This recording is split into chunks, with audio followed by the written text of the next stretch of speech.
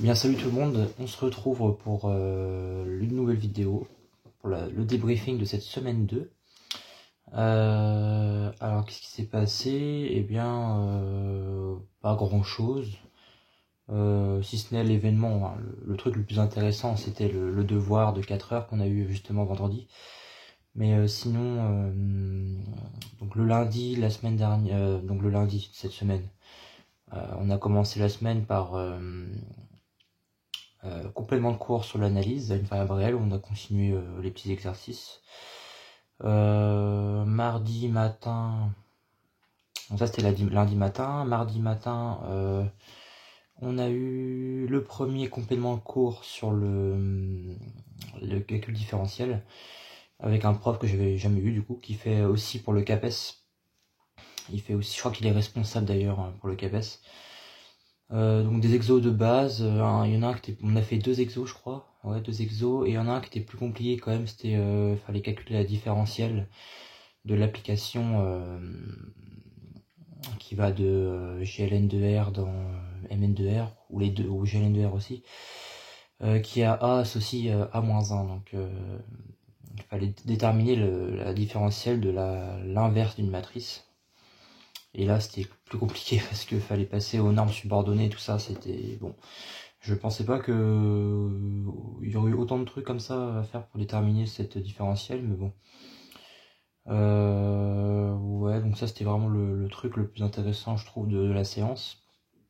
Ensuite, on a eu un exemple de leçon, donc avec notre responsable cette fois-ci de l'agrégation. Donc pour l'heure suivante, on a eu un exemple de leçon qu'une redoublante a présenté pour savoir comment se déroule une leçon d'agrégation. Alors personnellement, moi je savais déjà comment ça fonctionnait parce qu'au mois de juin, j'ai été voir les euros blancs que les étudiants qui préparaient l'agrégation l'année dernière faisaient. Et on pouvait assister aux euros blancs. Et moi j'ai été en tant que spectateur pour voir un peu comment ça fonctionnait. J'ai été voir 3 euros. Donc je savais déjà comment ça se passait quoi. Ainsi que certains aussi, ils avaient été voir comme moi. Et c'était la leçon sur le groupe des permutations d'un ensemble fini, exemple d'application. Voilà, c'était un peu compliqué parce que du coup, forcément, il y avait un peu de géométrie affine dedans et moi je déteste ça. Donc il y avait des trucs que je me rappelais même plus où c'était, tout ce qui est barycentre, enveloppe convexe, le plan médiateur, je sais pas, c'est même pas la peine d'y... Je reverrai ça vite fait, mais en vrai je compte pas m'attarder là-dessus, parce que j'ai peur que ça me prenne beaucoup de temps. Ça prendra un temps fou à tout comprendre et c'est mort d'avance. Ça c'est pour la journée de mardi. Mercredi, on a eu la première heure de l'option. Donc moi j'ai choisi option probastat, on n'était que 3 sur 24 à faire cette option là. Tous les autres sont partis en analyse numérique, calcul scientifique, mais à ce qui paraît c'est pas beaucoup mieux. Mais en proba, alors franchement j'étais étonné parce que bon, du coup c'était le prof, je l'avais déjà eu l'an passé pour l'UE de proba en M1, l'UE de proba avancé sur les chaînes de Markov. Donc c'est ce même prof là.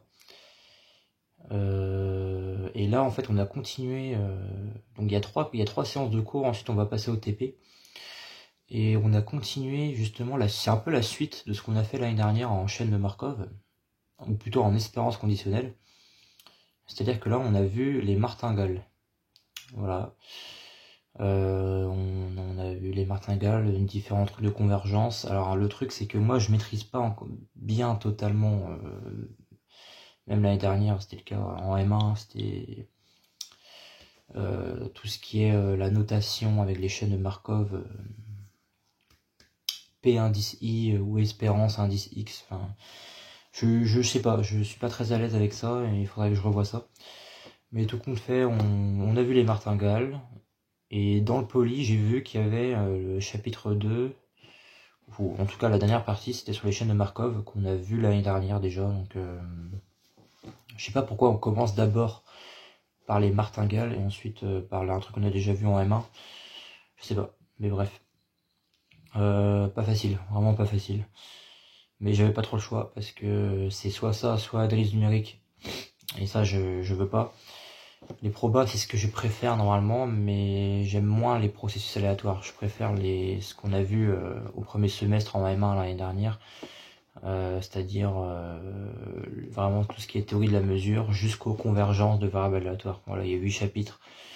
Et ça, j'aime ça, je suis plutôt à l'aise et j'aime bien. Mais après, dès qu'on passe aux chaînes de Markov, c'est plus la même. Espérance conditionnelle aussi, c'est un peu différent. Voilà, et sinon bah c'était soit ça, ou sinon l'option C, mais qui n'est pas, il n'y a pas la formation à Nantes. L'algèbre, pas l'algèbre, le calcul formel. Il y a un peu d'algèbre, mais ouais, il faut se former tout seul en fait, donc c'est compliqué. Voilà pour ça, et jeudi, donc complément d'analyse et complément d'algèbre, voilà, de 9h30 à 12h20. On a continué sur les dernières séances sur les groupes abéliens, et demain, la seule séance qu'on a demain d'ailleurs, on fait les groupes cycliques, voilà, les exos sur les groupes cycliques. Ok. Et analyse à une variable réelle, on va bientôt passer à la topologie élémentaire aussi. Voilà. Et vendredi, donc là, l'épreuve, voilà, donc je pense que là c'est à l'envers, mais c'était le sujet d'Agreg 2014, d'Agreg interne. Bon, alors, moi je m'attendais encore à un sujet type ENS, comme la semaine dernière, mais non, là c'était un sujet d'agrég interne 2014. Parce que du coup là ça durait 6 heures l'épreuve, mais comme on n'avait que 4 heures pour le faire, bon bah on pouvait pas forcément tout faire. Moi je suis arrivé jusqu'à la partie B, partie 2. Voilà. Et j'ai pas fait la partie 3 ni la partie 4.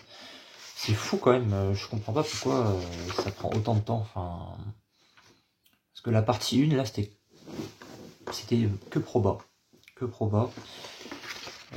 C'était une démonstration probabiliste du théorème de Weierstrass. Voilà. Donc il y avait toute une partie proba, et à la fin, la dernière question, c'était démontrer le théorème de Weierstrass qui dit que si G est continu sur un intervalle fermé AB, alors G est limite uniforme d'une suite de polynômes. Voilà. Et juste avant, il y avait plein de questions pour les probas, que j'ai pas trop mal réussi, j'ai pas tout réussi, mais ça va, franchement, ça peut pas être pire que l'année dernière, que la semaine dernière en algèbre, où là j'aurais même pas 3, je crois, parce que j'ai fait n'importe quoi. Et après, la partie 2, c'était approximation des fonctions holderiennes. Alors la partie A, c'était généralité, il y avait 3 questions. 3 questions, c'était pas compliqué. Et après, j'ai pas eu le temps de faire la partie B qui faisait presque une page. Pas eu le temps. La partie 3, approximation de la dérivée par les polynômes de Bernstein, j'ai même pas lu, du coup, parce que j'ai même pas eu le temps de faire. Après, c'est conseillé de lire tout d'abord avant de commencer, mais j'ai pas tout lu non plus. J'ai juste zioté un peu ce qu'il y avait. Et la partie 4, courbe et estimateur de Bézier. Voilà, donc ça n'avait pas l'air incroyable. Je n'ai même pas regardé de plus près du coup, mais bon. 7 pages en 4 heures, c'est un peu chaud quoi. En tout cas, la partie A, je l'ai bien réussi. Bon, ça va, on verra bien. C'est tout pour moi, du coup, hein, ça s'est achevé sur ce devoir-là. La semaine prochaine, on repasse sur un sujet d'algèbre à géométrie. Et la semaine d'après, rebelote, analyse proba.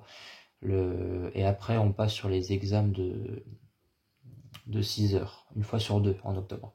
Voilà. Sur ce, bah, je vous dis à bientôt, et puis bonne semaine à vous.